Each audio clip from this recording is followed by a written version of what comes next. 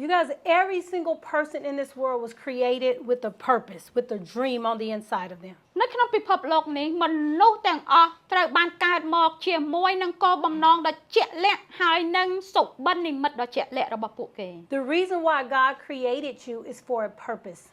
ជាហេតុផលមួយដែលព្រះបានបង្កើតយើងនៅលើផែនដីនេះគឺដើម្បីគោលបំណងដ៏ជាក់លាក់ God did not just create you just to be a person living on this earth. ព្រះមិនមែនគ្រាន់តែបង្កើតយើងនៅលើផែនដីនេះគ្រាន់តែឲ្យមានវត្តមានមនុស្សនៅលើផែនដីនោះទេ When God create people and when He create things, He create them for a reason. នៅពេលដែលព្រះជាម្ចាស់បង្កើតអ្វីៗសពសារពើនិងបង្កើតមនុស្សនៅលើផែនដីគឺដើម្បីគោលបំណងមួយ So we all have a reason for being here. ដូច្នេះយើងទាំងអស់គ្នាមានហេតុផលដើម្បីមានវត្តមាននៅលើផែនដីនេះ And our dream comes out of our reason and our why we exist. ហើយសុបិនរបស់យើងគឺវាចេញមកតាមរយៈហេតុផលនិងតាមរយៈអ្វីដែលជាគោលដៅដែលយើងកើតមកលើផែនដីនេះ The creator of this chair made it to sit in. អ្នកដែលបង្កើតកៅអីមួយនេះគឺបង្កើតដើម្បីឲ្យមានអ្នកអង្គុយលើ The creator of the phone made it to speak on. អ្នកដែលបង្កើតទូរស័ព្ទគឺបង្កើតដើម្បីឲ្យមានអ្នកនិយាយចេញពីទូរស័ព្ទបាន This floor was created to stand on. ក្តារមួយនេះគឺបង្កើតមកដើម្បីឲ្យយើងដើរ Why were you created? តើយើងកើតមកដើម្បីអ្វី Just like a mango tree was created to produce mangoes. ដូចជាដើមស្វាយបង្កើតមកឲ្យបង្កើតផលផ្លែស្វាយអញ្ចឹង An apple tree was created to produce apples. ដើមផ្លែប៉ោមបង្កើតមកដើម្បីឲ្យបង្កើតផ្លែប៉ោម And if a mango tree tried to produce an apple, it's going to struggle and it would be very hard. ហើយបើសិនជាដើមស្វាយព្យាយាមបង្កើតផលជាផ្លែប៉ោមវានឹងមានការលំបាកមែនទែន But a mango tree doesn't struggle to produce mangoes. ក៏ប៉ុន្តែដើមស្វាយវាអត់មានផលលំបាកក្នុងការដែលបង្កើតផលផ្លែជាស្វាយទេ The banana tree doesn't struggle to produce bananas. ហើយដើមចេកក៏ដូចគ្នាវាអត់មានផលលំបាកនៅក្នុងការដែលបង្កើតផ្លែចេកទេ Because that's what it was created to naturally do. ពីព្រោះទាំងអស់នោះគឺជាអ្វីដែល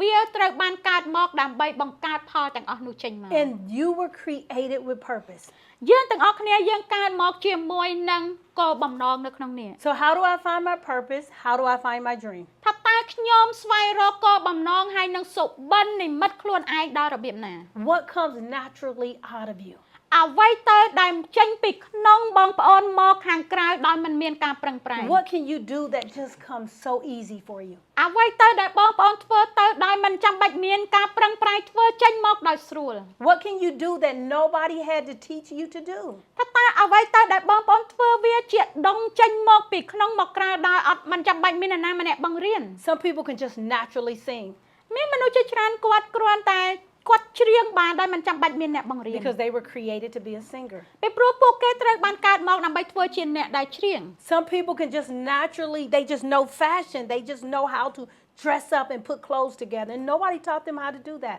មានមនុស្សមួយចំនួនទៀតគាត់កើតមកមាននៅភាពពូកែក្នុងការដែលស្លៀកពាក់ពួកគាត់ដឹងថាពាក់អាវអីមួយខោអីសមគឺគាត់មានដងខាងហ្នឹង Their dream should be in fashion. គឺនិមិត្តរបស់ពួកគេសុបិនរបស់ពួកគេគួរតែធ្វើនៅខាង fashion And some people can naturally fix things. If something is broke, they just know how to fix it. They're just problem solvers. ហើយអ្នកខ្លះទៀតគឺគាត់មានដងមានភាពពូកែនៅក្នុងការដែលជួសជុលអ្វីមួយដែលបាក់បែកគឺពួកគាត់ជាបុគ្គលដែលមាននៅដំណោះស្រាយទៅក្នុងបញ្ហា And nobody taught them how to do that. It's just come natural. គ្មាននរណាម្នាក់បង្រៀនពួកគេឲ្យចេះជួសជុលរបស់ដែលបាក់បែកព្រោះពួកគេចេះដោយខ្លួនឯង If you think about the little girl or the little boy you used to be, you remember what used to just come natural that you thought was fun and you just did so easily. ហើយបើយើងគិតអំពីពេលវេលាដែលយើងនៅក្មេងថាតើអ្វីទៅដែលនៅពេលដែលយើងនៅក្មេងយើងចូលចិត្តធ្វើហើយយើងសប្បាយនៅពេលដែលយើងធ្វើវាហើយវាធ្វើចេញមកដោយអត់មានការប្រឹងប្រែង As a little girl, I talked a whole lot. នៅពេលដែលខ្ញុំនៅក្មេងខ្ញុំជាក្មេងស្រីម្នាក់ដែលនិយាយច្រើន Talk. និយាយអត់មានកន្លែងចប់ហ្មង My family used to say, shh, be quiet, stop talking.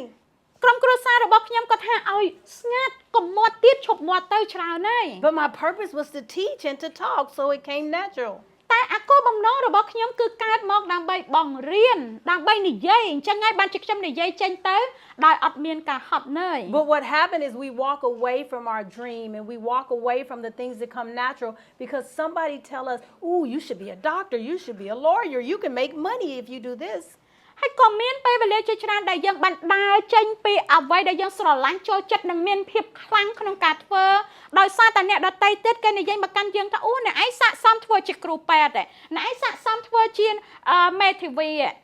And now it becomes hard because you're doing something that's not natural for you. ហើយនៅពេលដែលយើងស្ដាប់គេហើយយើងចាប់ផ្ដើមធ្វើនៅអ្វីដែលពួកគេប្រាប់យើងឲ្យធ្វើវាคล้ายទៅជាអ្វីមួយដែលជាភាពលំបាក What if I told the mango tree, "You should produce an apple"? ហើយចុះប្រសិនបើខ្ញុំទៅប្រាប់ដើមស្វាយឲ្យបង្កើតផ្លែប៉មនោះ It will be difficult. វានឹងលំបាកសម្រាប់ដើមស្វាយ And the reason why reaching our dream is so difficult ហើយនេះជាហេតុផលមួយដែលយើងឈោងចាប់សុបិននិមិត្តរបស់យើងវាលំបាកនោះ because we're trying to do so many things we weren't created to do. ដោយសារតែយើងព្យាយាមធ្វើនៅកិច្ចការជាច្រើនដែលយើងមិនបានកើតមកដើម្បីធ្វើវា If you do that thing that's natural, ហើយប្រសិនបើយើងធ្វើអ្វីមួយដែលចេញពីធម្មជាតិខាងក្នុងយើងមក if you're a talker, your dream should be in talking and teaching. ប្រសិនបើយើងពូកែខាងនិយាយសុបិននិមិត្តក្នុងការចង់ខ្លាយទៅជាអ្វីមួយនៅថ្ងៃអនាគតគួរតែពាក់ព័ន្ធជាមួយនឹងការនិយាយ If you can fix